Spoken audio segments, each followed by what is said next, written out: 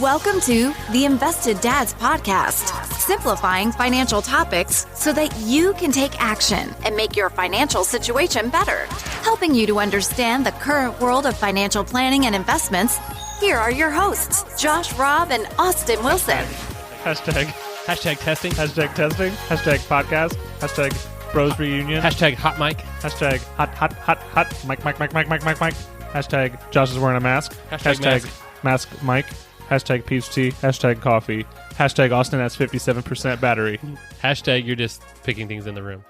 All right. Hey. Welcome back to the Invested Dads Podcast, a podcast where we take you on a journey to better your financial future. Today, Josh and I are going to be talking about RISK. Risk. All right. I love that game. World domination through the roll of the dice. Man, it's a good game. Yes. It's a lot left up to those dice. It is. Maybe, I don't know if that's how real politics around the world and global... Game of chance. It's a game of chance, no matter how you roll. But actually, Josh, not really the board game Risk, although we should totally play that sometime. Not only board game, but they have it on your phones now, and you can play people on the phone. So when you put cool. yourself It's on free. Do Not Disturb in the office, you're actually playing Risk. I am dominating the world is what I'm doing.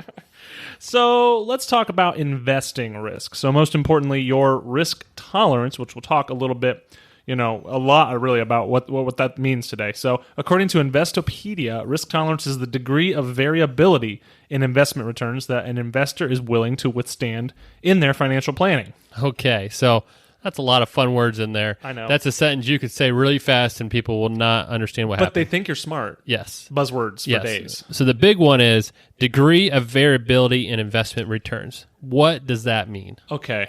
So sometimes I'm nerdy. So I'm going to give it two ways. I'm going to do a nerdy one and a simple Okay. way. So first, the nerdy one. In terms, I'm thinking of the variability of investment returns kind of as the term volatility. Yes. So volatility is essentially the measure of another buzzword, standard deviation for investment returns. So standard deviation is a statistical measurement of how far, either plus or minus, a given historical return is away from its longer-term average.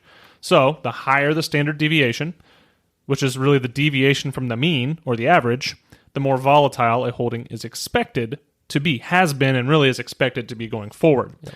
So to put it simply, it's big return swings. High volatility equals big swings, and that degree of the variability is directly correlated to that volatility there. So those are big up time periods followed by big down time periods.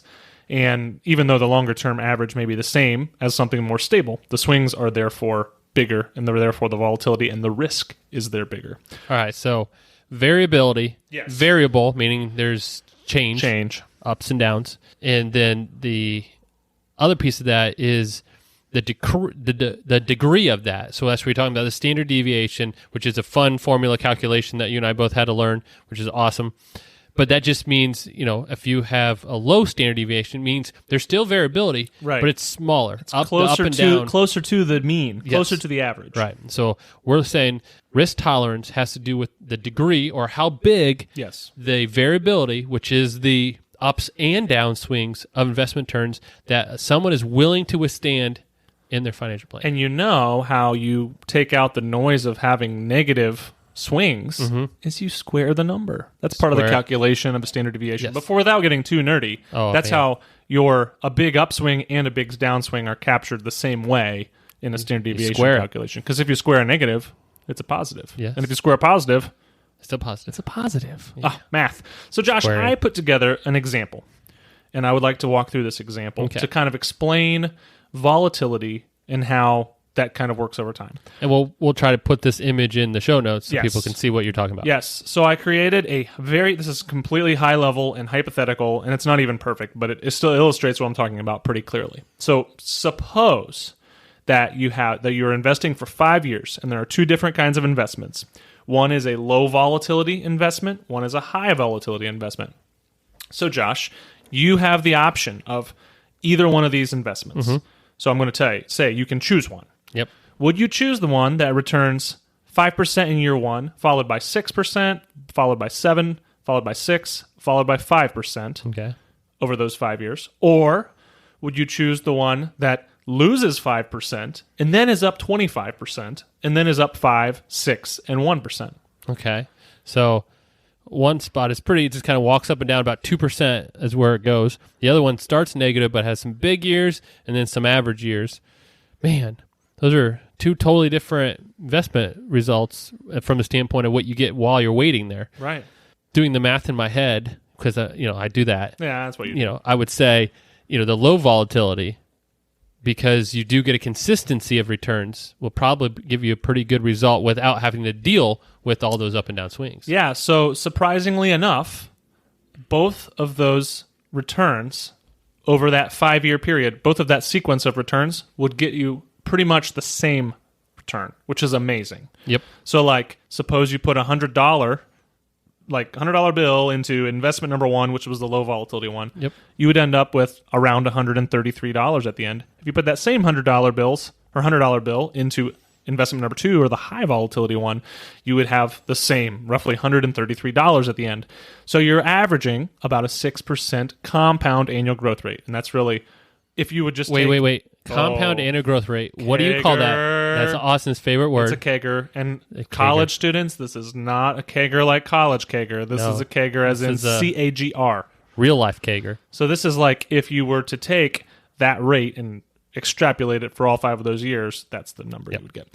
So I think what you hit on was a very good point of really looking at, first of all, the numbers ended up being the same. And you wouldn't really know that going forward. Yes. But those swings are huge. Yeah. And really, when you take the fact that I also calculated this, a little nerdy, standard deviation that we had just talked about. So if you look at standard deviation, the low volatility, 5-year period had a standard deviation of only about 1%. Mm-hmm. The high volatility had a standard deviation of about 11%.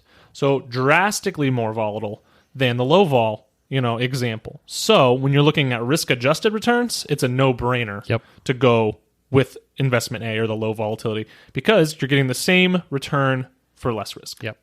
And risk-adjusted return, that's saying, okay, when we look at what you have to deal with to get to the end result, which one is worth dealing with that hassle? And so coming back to these two examples, if you put in $100 for each of those, at the end of the first year, the first low volatility one had $105 because it got a 5% return. The other one lost $5. And so when you think from a financial advisor standpoint, do I have a client who is risk adverse where losing money will make them change their strategy, get out when they've lost $5 in this scenario, and never have the chance to recuperate it? And so that alone will make it harder to suggest the high volatility one because I don't want them to leave the strategy before it has a chance to play out. Because again, if you played it all out, you end up with just, a little bit more money, but for having to sit through those ups and downs. And a common topic in the financial planning world, and one that I'm sure we'll hit on someday in a future episode, is that sequence of returns for retirees, specifically at the end of your saving career, is very, very important. Yep. So if you're in something that is, even though your overall long-term average is about the same, that it's a lot more volatile and you have some of those bad years, not necessarily the up years, but the bad years, either at the end of your retirement, or at the end of your saving years before you retire, or the beginning of your retirement where you're actually utilizing that income, that can drastically affect your outcome of your results. So, that's probably another topic for another day. But though that sequence of returns can be huge, even though the long-term return is about the same. Yeah, you could average 5%, 6%, whatever you're showing here. And if you have those bad years at the beginning as opposed to the middle or end, it has a long-term result. So that's risk tolerance. It's the ability to tolerate that up and down swing. Risk, just from a high level, is the chance of that movement, right? The risk is that you could have a fluctuation in your value. So risk tolerance, okay, we got that. Why does that matter? What does that have to do with investing? One big word: success. Okay. SUCCESS. Because there's two pairs of a lot of letters in there. That's success. So staying in your risk tolerance. So if you're okay with more risk or less okay with more risk, staying within the band that you're comfortable with, it's not, it's one of the most important factors in determining your chances of being successful in meeting your long-term investment goals. Wow.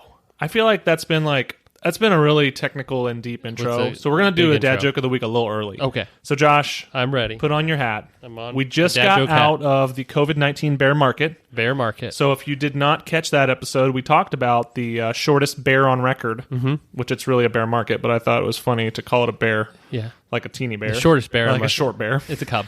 It's a cub market. Like Yogi and Boo Boo. It's a Boo Boo market. So, Josh, in light of that, yes. What do you call bears with no ears? Bears with no ears. I don't know. B. Because they have no EAR. Yes, B, no ears. EARS. Yes, okay. I got it. So next, I like it. Let's get back to it because yes. Now you're in a happy mood. You had your dad joke of the week.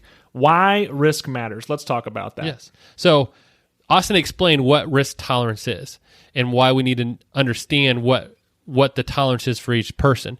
Why does that matter? And you said success. So let's break that down. All right. JP Morgan had a chart in one of the things they sent out to advisors that showed some research that was done over the last 20 years. And they looked at mutual fund transactions and found that the average investor over the last 20 years had an annualized return of 2.5%. That sounds It's low. Terribly can't low. even talk. Yeah. It sounds so bad I can't even talk. It's a horrible, terrible, and you mix those words however you want. In fact, during that same time frame, inflation was 2.2%. So the average investor earned 0.3% after inflation, or what we call the real return. That's not good. That's not good at all. During that same time frame, as a reference point, the S&P 500, so U.S. stocks, returned 6.1%, and bonds returned 5%. All right? And so then the question is, why did the average investor do so bad when kind of the two main assets that people use are up 6 and 5% respectively, and they averaged 2.5? The big factor is reaction to market moves and by selling due to fear. So why does risk matter? It's like you said, the ability to have success in your planning. Yeah, that's right. So investing above your risk tolerance can have a large impact on your investment returns if it causes you to exit the market while your investments are down. So making those choices, like, for example, we just experienced a bear market. Yes. The S&P 500 was down 33.5% or whatever. A lot of people may have made very poor choices because they were in things that were too risky for their risk tolerance, and they sold when things were down, and that really impacted you're locking in losses. Yes. If you're selling when things are down. Yes. There was a good article from thesimpledollar.com. We'll throw that in the show notes as well, but in this article, they referenced a study that Fidelity did on the impact of missing the best days in the market. So here's what Fidelity found out when they crunched the numbers. On a hypothetical $10,000 investment into an S&P 500 index fund from 1980 to 2018. So you're missing the last, year and a half or whatever. That's 30 years. Yeah. So what? So your $10,000, if you invested in 1980, 38 years. Yeah, you invested in 1980 $10,000 into an S&P 500 index fund. Totally hypothetical here, but if you're just in the market the entire time, ride the whole thing out, your $10,000 turned into $708,000. All right. That's pretty awesome, right? That's great. If you missed the 5 best days of the market, 5. Okay. Your what would have been $708,000 if you were in it all the time, you missed the 5 best, your $708,000 became $458,000. That's a big difference. Wow. You miss the 10 best days, and that $708,000 turns into $341,000. You miss the 30 best days, that $708,000 turns into $135,000. And if you miss the 50 best days in almost a 40-year period, your what would have been $708,000 if you had stayed in, only was $62,000. That is drastic. That's crazy. So 10 missing 5 days. Yeah. Resulted in a loss of 35% of what you could have had. Correct. That is crazy. 5 days. And then missing 10 days is half your returns by missing the 10 best days. Right. So another good reason to stay invested is that the majority of the best stock market days throughout history have come in the midst of significant market downturns. So on top of the 10 biggest days, in terms of gains, 6 occurred during the chaos in the early 2000s during the tech bubble burst, or during the 2008 global financial crisis and outgoing Great Recession that we saw there. So it can be very hard. It's hard for people to get their mind around.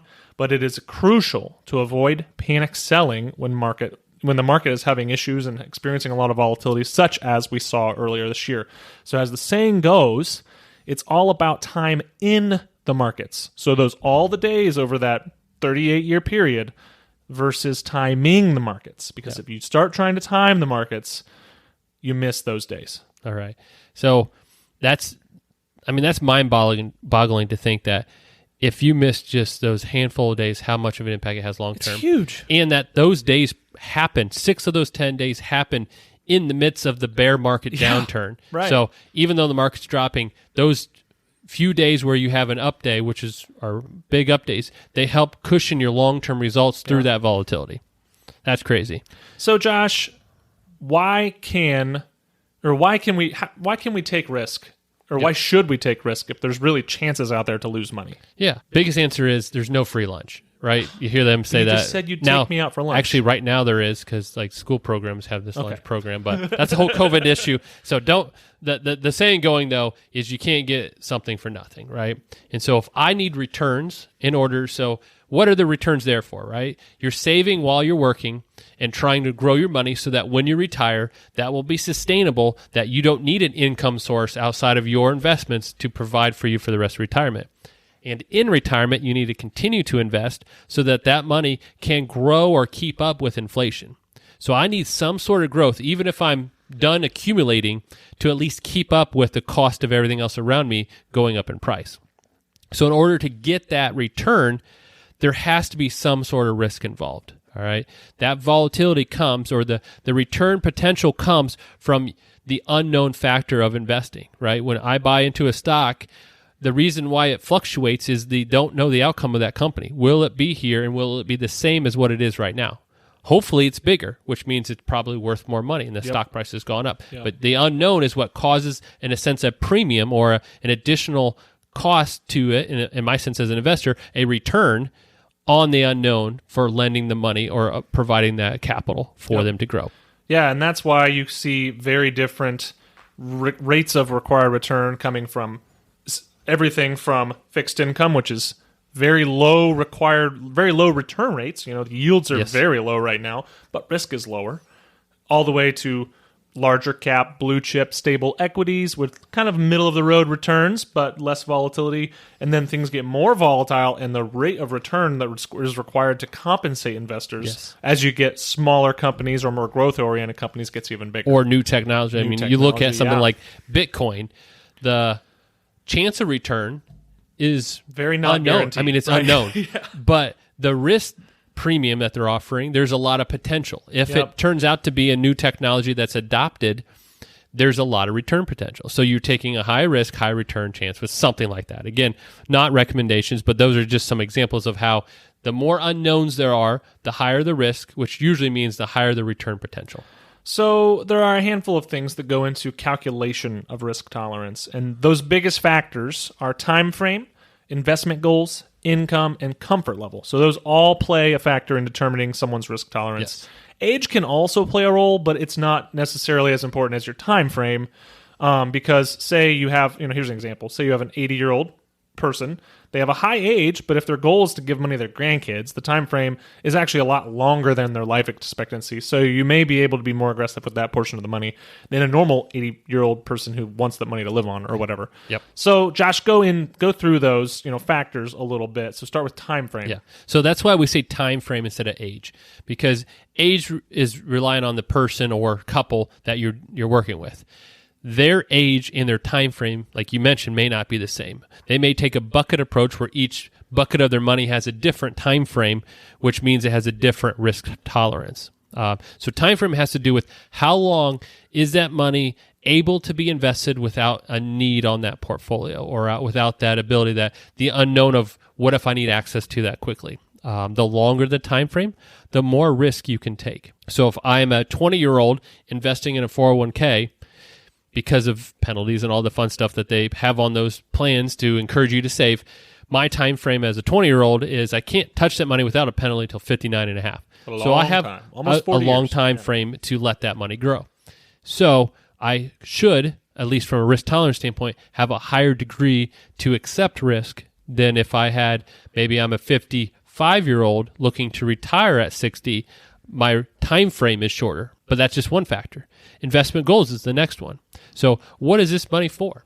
So if I have some money set aside and I'm going to put a down payment on a house, that investment goal and the when am I going to do that, the time frame, impact each other on choosing risk. I may have the ability to say, I don't care what goes on with ups and downs, but if I'm going to need that money in 2 years and it's for a specific reason where I'm going to need the full amount of money, a down payment, my risk tolerance just dropped dramatically for that piece of money. Income is another factor. So again, going back to retirees, if I have other sources of income coming in, my risk tolerance to watch or accept the ups and downs on my investment increases. And so if I have, if I'm working and I have monthly income, I don't have a need or a burden on my portfolio, so my risk tolerance can be higher. You see how all these, there's not one that is by itself, they all interact together. And then the last one is one that's hard to quantify. It's your comfort level.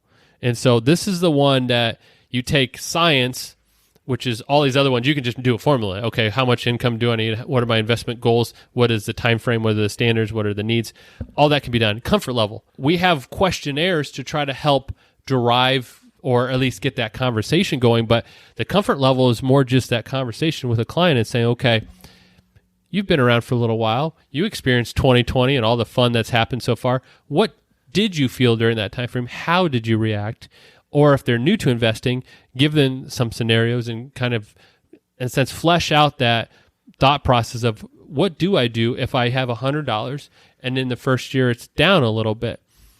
What is my response? Because that comfort level can override all those other factors, which we saw in that JP Morgan survey they did, is the average return for the average investor was low, and part of that had to do with the comfort level. They were in things they shouldn't have been in, and they got uncomfortable and were not able to stick it out. I believe that I'm going to establish a new trademark. Okay, here we go. Here on this day. I'm going to say that we measure the comfort level in terms of the, wait for it, cozy coefficient. Cozy coefficient. I like it. It's the cozy. So how cozy are you? How cozy with are what's you? going on or what could happen? The cozy coefficient. And that's probably the most important to keep an eye on. The cozy coefficient. The cozy coefficient, because you may not be as cozy during different seasons of your life. Yeah.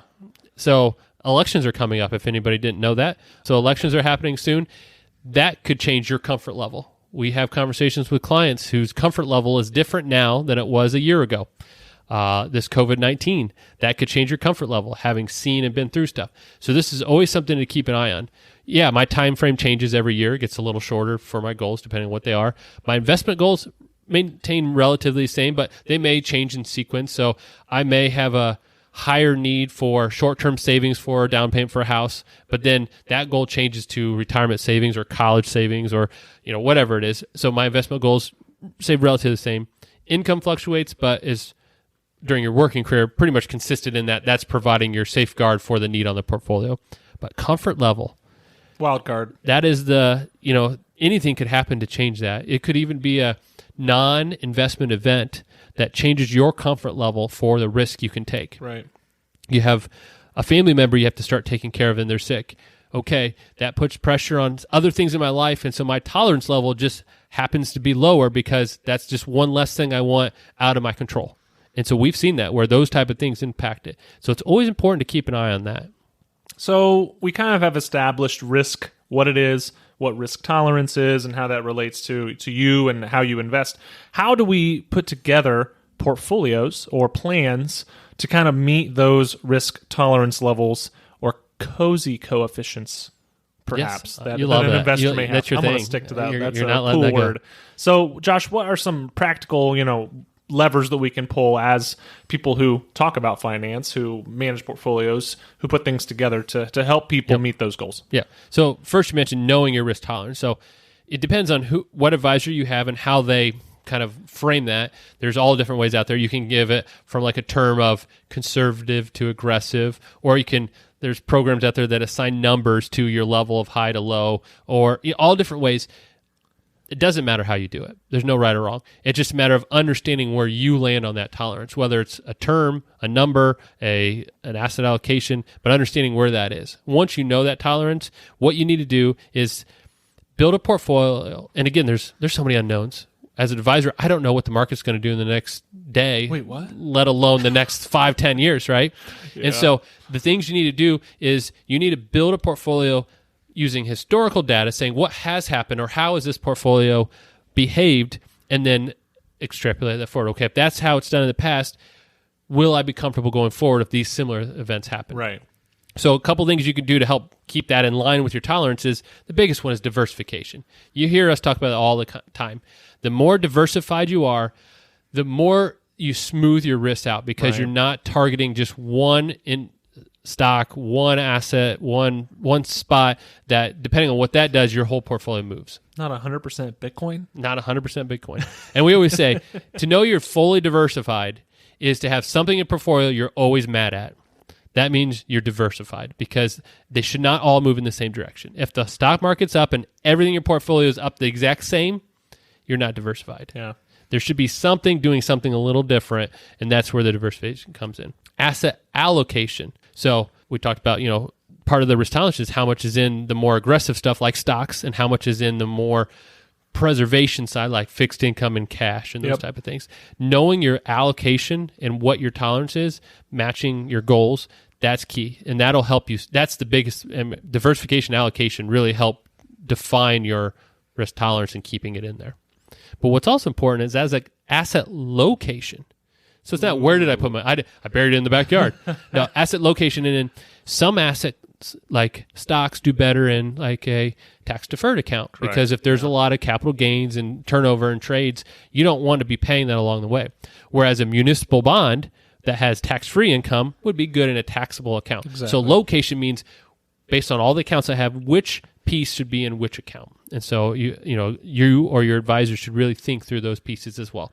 After you get your allocation done, that's the second spot. Okay, now I know what I need. Where do I put it? Liquidity. When it comes to risk tolerance, liquidity is important because during the stressful times, like March of this year. Wait, was that stressful for you too? I got some gray hairs from that. That is the time where people say, I need some cash. Yeah. My company is closing up. I'm unemployed or whatever happens in your life. Liquidity means the ability to get to your cash quickly. And doesn't mean everything has to be extremely liquid, but you should know how much liquidity you have, how quick can I get to cash, and how much cash can I get a hold of. And that's another plug for another episode that we've talked about doing for a while. Is about an emergency fund. Yes. And if you have a fully funded emergency fund and you don't have to pull money out of your investments in crunchy times when things like are down. March, yes, then you'll be better off in the long run. And yes, stay tuned. In the future, we will have an episode about emergency fund and what that should look like for different points in your life. Yes, because it varies throughout your different life stages. A bucket strategy is another way to help bring your risk tolerance in line.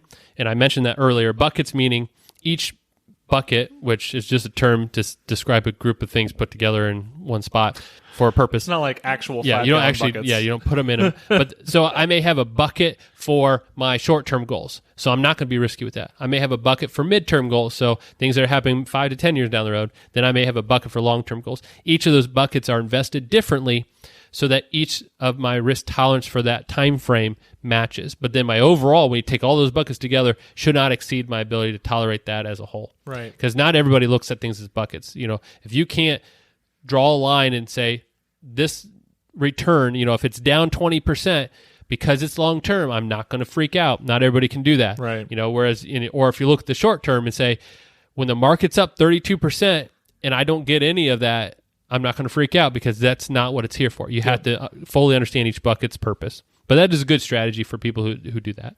Holding weights. So it's not working out. It's like holding weights. Thought you were looking pretty jacked over there. Yeah. How much of each of my holdings should be in my portfolio?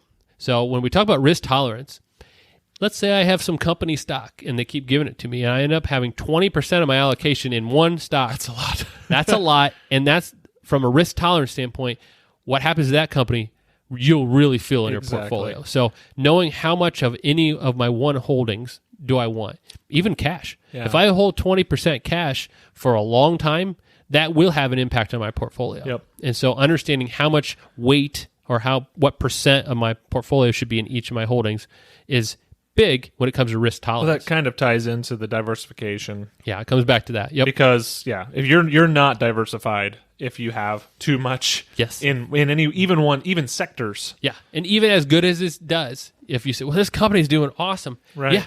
But so did some other companies that did great until they didn't. And some people got stuck with a little bit too much.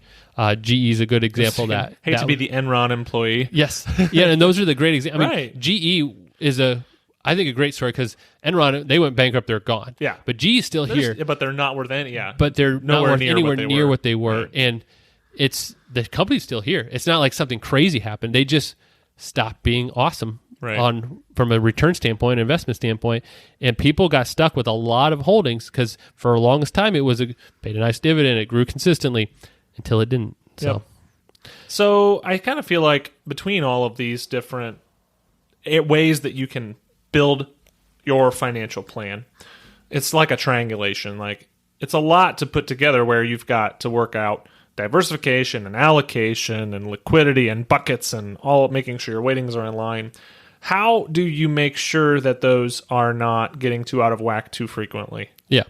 So the first one is setting a periodic review and sticking to it. That's huge, whether it's you or what we suggest is having an advisor along with you, someone to help you along with that process. But that's key because things change, and if you're not reviewing it periodically, and when we say that, I can't tell you what the exact time frame would be. Everybody's different, but at least once a year doing a check on how everything is. Some people do it more frequently. Doesn't mean you have to change anything, but you're actively looking at it and saying, okay, how do I feel? How are things gone? Am I still happy with this? So that's the first one, is having the review, having an advisor that you trust. Trust is huge because these are big deals. We just showed you what happens to the average investor if you make some of these wrong decisions. It really mutes your chances of success, especially when it comes to long-term planning. So having an advisor you trust is huge, and making sure they're competent in what they do with their planning. All right, it's not just investing, but it's planning. If you don't have one, we've mentioned before, you can reach out to us. There's a link on our website. If you just want to check out and see kind of how we do things, that's there for you. But regardless of who you use, trust is huge, and having an understanding. Don't just rely on your advisor, all right? They're a human being. They can make mistakes too. Make sure you understand and agree with what is being done in that portfolio. And as always, check out our free gift to you. It's a brief list of 8 principles of timeless investing. These are overarching investment themes meant to keep you on track to meet your long-term goals, tied directly in with what we are talking about today. It's free. Check it out on our website. Josh, how can people help us grow this podcast and continue to help people? Yeah, definitely subscribe. That way you'll get an alert every time we drop a new episode on Thursdays. Leave us a review on Apple Podcasts. It's always great. Helps us show up more often in rankings so that other people can find us and be helped just like you guys. If you have any ideas, we love doing topics that people suggest because we know that's something that they're interested in. So send us an idea at hello@theinvesteddads.com. And then also, if you know somebody who was talking about risk tolerance, because it comes up all the time in conversations, then feel free to share this episode with them and let them know that we had a topic and walk through it. All right. Well, until next Thursday, have a good one. All right. Talk to you later. Bye.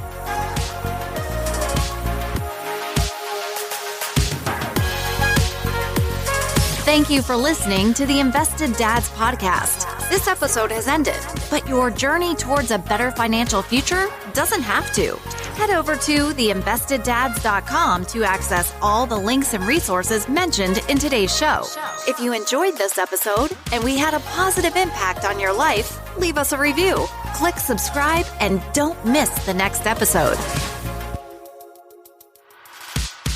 Josh Robb and Austin Wilson work for Hicks & Zerker Capital Management. All opinions expressed by Josh, Austin, or any podcast guests are solely their own opinions and do not reflect the opinions of Hicks & Zerker Capital Management. This podcast is for informational purposes only and should not be relied upon for investment decisions. Clients of Hicks & Zerker Capital Management may maintain positions in the securities discussed in this podcast. There is no guarantee that the statements, opinions, or forecasts provided herein will prove to be correct.